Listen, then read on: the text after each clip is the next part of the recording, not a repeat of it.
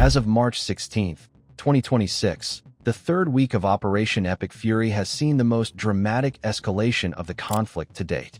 While the first 14 days were defined by the high-altitude precision of B-2 Spirits and the maritime dominance of F/A-18 Super Hornets, the nature of the war changed today.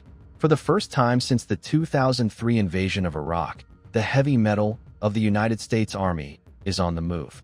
Satellite imagery and ground reports confirm that thousands of U.S. troops, backed by columns of M1A2 Abrams tanks, are being rushed toward the western border of Iran, signaling that the aerial phase of the war is nearing its conclusion and the ground phase has begun.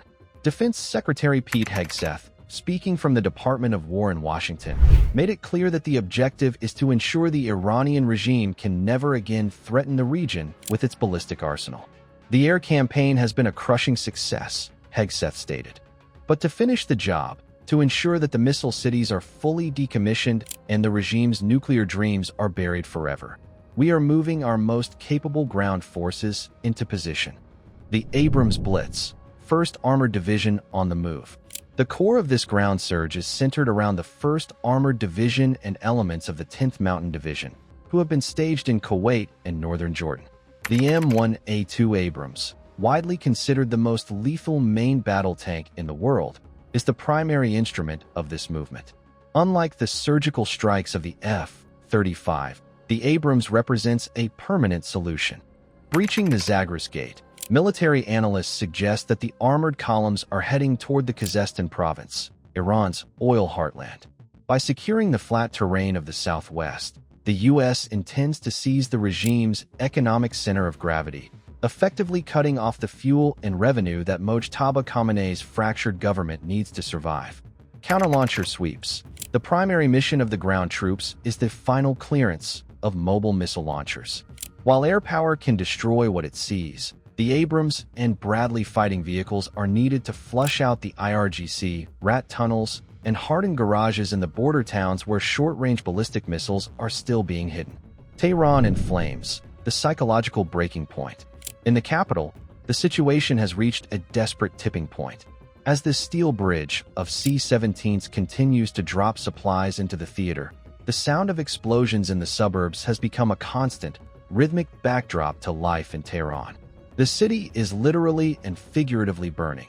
The strikes on the Tehran oil refinery and the Abadan facilities have created a massive fuel crisis, while the decapitation of the command head has left the streets in a state of chaotic lawlessness. The news that American tanks are heading for the border has triggered what intelligence sources describe as a total psychological collapse within the IRGC's mid-level officer corps.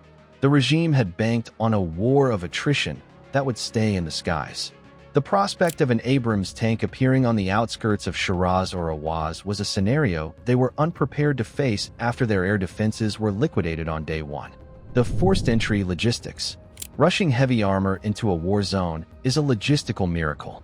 The C-5M Super Galaxy and C-17 Globemaster III fleet have been landing around the clock at Al Udeid and Muwafaqat Salti, offloading the 70-ton tanks and the specialized recovery vehicles needed to maintain them. Each Abrams requires a massive tail of fuel, ammunition, and maintenance, but the U.S. has demonstrated that its supply lines are effectively infinite. Secretary Hegseth noted that the U.S. is not operating under a limited timeline. The goal is total neutralization. By placing thousands of troops on the doorstep of the Islamic Republic, the administration is forcing the new supreme leader, Mojtaba Khamenei, to choose between an unconditional surrender or the total physical occupation of his nation's most vital assets. The kill zone and the ground reality. While the move is aggressive, it is not without risk. The Iranian military, though battered, still possesses significant quantities of anti-tank guided missiles, ATGMs, and IEDs. The terrain of western Iran is notoriously difficult, dominated by the Zagros Mountains. However, the U.S. strategy involves using AH-64E Apache attack helicopters and MQ-9 Reaper drones to act as a shield of fire ahead of the tanks, clearing any potential ambush points before the heavy armor even arrives. The arrival of the ground forces marks the point of no return. For the world, It is a sign that the 2026 Iran war is entering its most decisive and likely most violent chapter. As the Abrams tanks kick up the dust of the border regions, the era of the Islamic Republic is being ground into the sand of history. The strategic reality is now undeniable. With American steel choking the Gulf and ghosts haunting the skies, the regime's foundation has crumbled, leaving Tehran to face a final, inevitable reckoning. This is no longer a localized skirmish. It is a total realignment of Middle Eastern power. As the IRGC's command structure collapses and the invisible war penetrates the deepest bunkers, the silence following the F-35 strike speaks louder than the explosions. The era of the Islamic Republic's regional hegemony is over, replaced by a horizon dominated by the relentless, technological might of a superpower that has officially removed the gloves. The C-17s keep coming. The tanks are rolling off the ramps, and the steel bridge is now a permanent fixture of a new, post-regime landscape. This steel bridge serves as the final blow to Tehran's dreams of outlasting the American military. While the regime's liquid fuel and spare components are being methodically depleted under the unblinking eye of U.S. Space Force assets, the American supply line remains a river of infinite depth. The constant cycle of C-17 Globemasters ensures that the U.S. arsenal is replenished 10 times faster than it is depleted.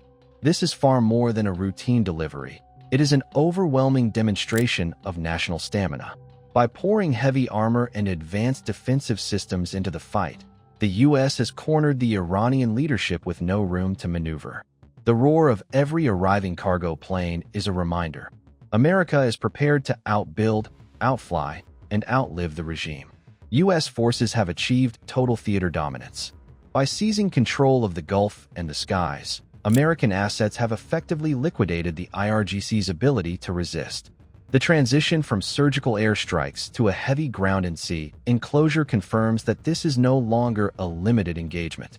With C-17s and Abrams tanks now a permanent fixture on the ground, the strategic environment has been completely reset, leaving the regime with no path toward recovery.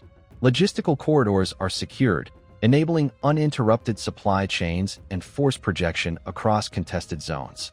Naval strike groups enforce a blockade, while surveillance networks maintain persistent targeting awareness. Allied coordination further compounds pressure, isolating remaining command nodes and disrupting communication lines.